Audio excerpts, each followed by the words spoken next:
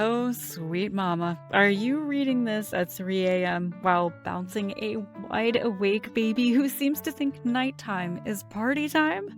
Trust me, I've been there, and you're absolutely not alone in this beautiful, exhausting journey. Here's the thing, newborn sleep can feel like this mysterious puzzle that everyone else seems to have figured out except you. But guess what? It's not your fault, and you're doing an amazing job even when it doesn't feel like it. Today, I'm sharing 10 incredible tips that will help your little one sleep peacefully in their cot, yes, really, so you can finally get some much needed rest too. 1. Master the art of true versus light sleep.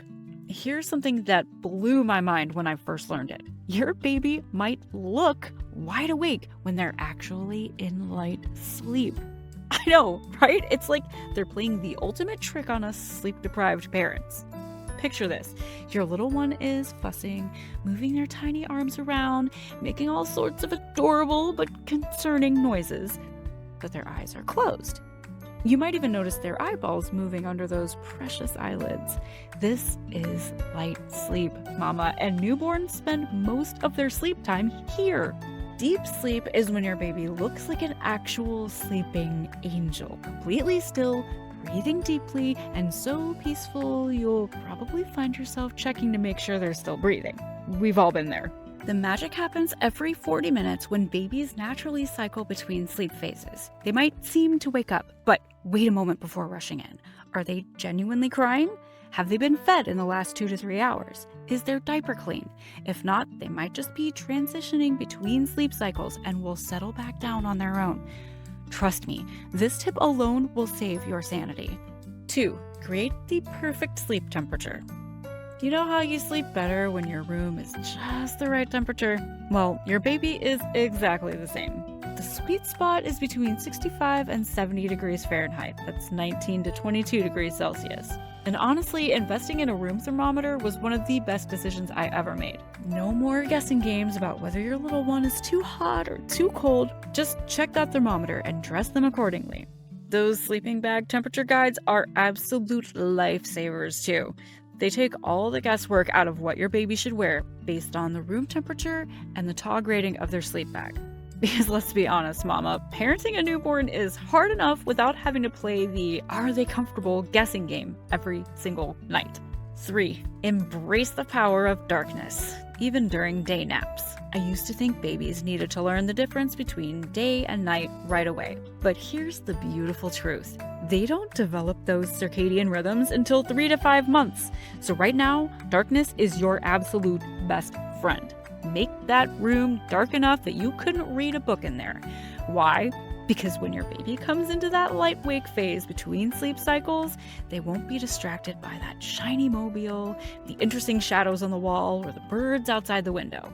Instead, they'll see darkness and think, oh, it's still sleep time, and drift right back off.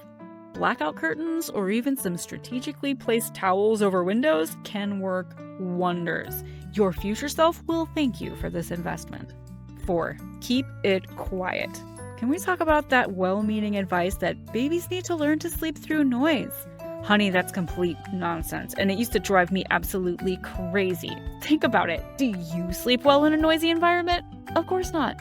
Your precious baby has a startle reflex, which means sudden noises will literally make them jump and wake up. Since they're in light sleep most of the time, they're super sensitive to these disruptions. Enter the magic of white noise machines. Choose something continuous and constant. Think rainfall without thunder, radio static, or a gentle waterfall. Avoid those nature sounds with random bird chirps or whale calls that might trigger the startle reflex. The white noise should play throughout the entire nap or nighttime, creating a consistent sound cocoon for your little one. 5. Swaddle smart or choose the perfect sleep bag.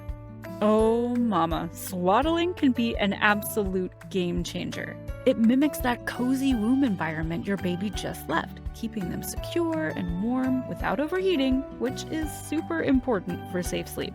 I personally loved those Halo sleep bags that keep babies' arms down because they prevent the startle reflex from waking them up when you transfer them to the cot. You know, that heart-stopping moment when you finally got them asleep in your arms, you gently place them down, and then boom, they startle awake. Yeah, good swaddle or arms down sleep bag prevents that heartbreak. If you're using traditional swaddle wraps, that's wonderful too. Just make sure you're confident in your technique. And remember, once your little one starts showing signs of rolling, usually around 3 to 4 months, it's time to transition to the arms-free sleep for safety. 6. Master the art of boring nighttime feeds. I know, when you're up at 2 a.m. feeding your baby, sometimes the only thing keeping you awake is that tempting glow of your phone or the thought of turning on Netflix. But here's the thing, sweet mama. We want nighttime to be as unstimulating as possible. Keep those lights dim. A small nightlight is perfect. Stay in baby's room if you can, especially if you've got that white noise going, and resist the urge to make nighttime fun. I know it's hard when you're trying to stay awake, but think of it as business time. Feed, change if needed, feed again if necessary, and back to bed. The goal is to keep everything calm and sleepy so your baby learns that nighttime is for sleeping, not for party time. 7. Prevent the overtired baby meltdown. This one is absolutely crucial, mama. An overtired baby is actually harder to settle than a baby who's just the right amount of sleepy. Newborns can typically only handle being awake for 45 minutes to 2 hours max, depending on how long their previous nap was.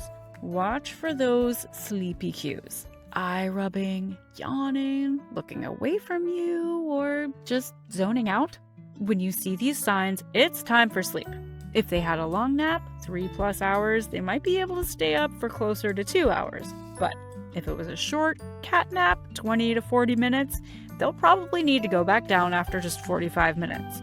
That 45-minute window might seem impossibly short, but it's usually just enough time for a feed, diaper change, maybe another quick feed, and back to bed. Trust your baby's cues. They know what they need. 8. Consider the magic of pacifiers. If you're breastfeeding, you might want to wait until around 6 weeks when feeding is well established. But pacifiers can be absolute lifesavers. Sucking is one of the most calming things your baby can do. It's literally hardwired into them for comfort. Don't worry about creating bad habits right now. You can always remove the pacifier around 6 months if you're concerned about sleep associations. For now, if it helps your baby settle and gives you some peace, embrace it guilt-free. 9. Understanding the holding versus cot sleep difference. Here's something that might blow your mind. When your baby sleeps in your arms or while being passed around at family gatherings, they're not actually getting quality sleep. They're doing something called habituating, which means they're working really hard to block out all the movement, voices, and stimulation around them.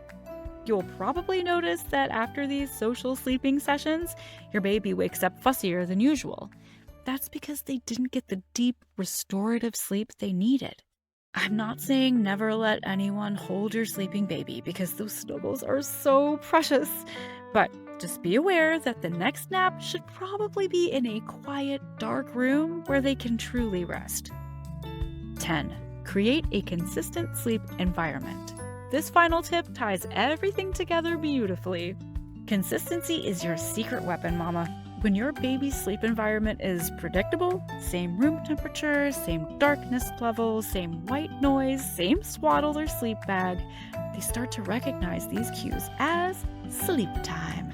It might take a few days to see the magic happen. Remember, your baby's still figuring out this whole outside the womb thing, but stick with it. Consistency is what transforms these individual tips into a powerful sleep system that works for your family. Remember, every baby is different, and what works for one might not work for another, and that's completely okay. These tips are your toolkit, not your rule book. Try what feels right for you and your family. Be patient with yourself and your little one, and know that this phase won't last forever. Around 2 weeks, your baby might go through a fussy period. Hello, witching hour. And that's totally normal too. You're not doing anything wrong. You're doing everything right by seeking out information. and caring so deeply about your baby's sleep. Sweet dreams are coming, Mama. You're closer than you think.